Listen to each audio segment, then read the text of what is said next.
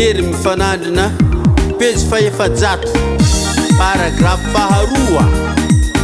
ny tenin'Andriamanitra velona tsy misy kilema dia nisoratra masina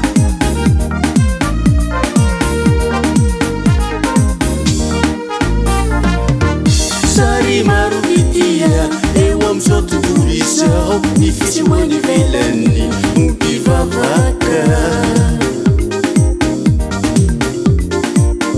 sary maro vitia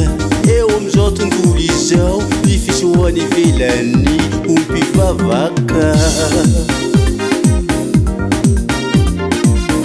miditra hoanisan'ny fiangonana ny mitondra ny mpanao politika ny mpisolo vava ny dokotera ny mpivarotra mba hanana ny zoa mankaja amin'ny tany amamonina tsy azo any ny fitokisany mba hampanoso ny tombotso ny tena eo am'izao tontolo izao toy izany no iezahany anarojarona ny tsy angariny ataony amin'ny kapoty mahikristianazy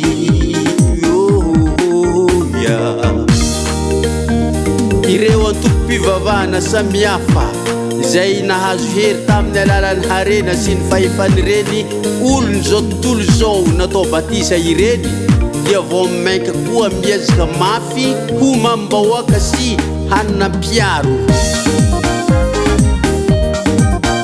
fiangonana marevaka hengona amin'ny fomba tafahotrany mety no atsangana eo antsisiny arabe malaza miraratra amin'ny fitafiagna lafo vidy sy aradamody ny mpivavaka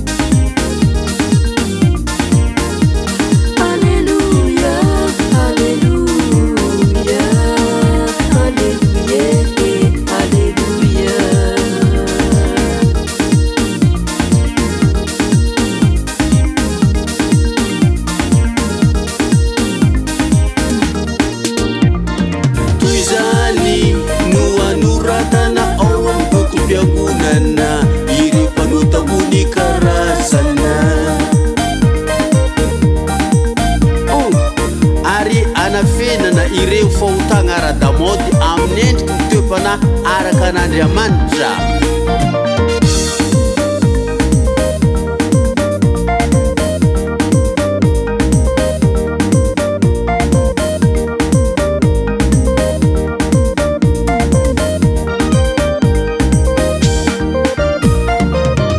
sary maro vitia eo am'izao tontolo izao ny fisehoany ivelany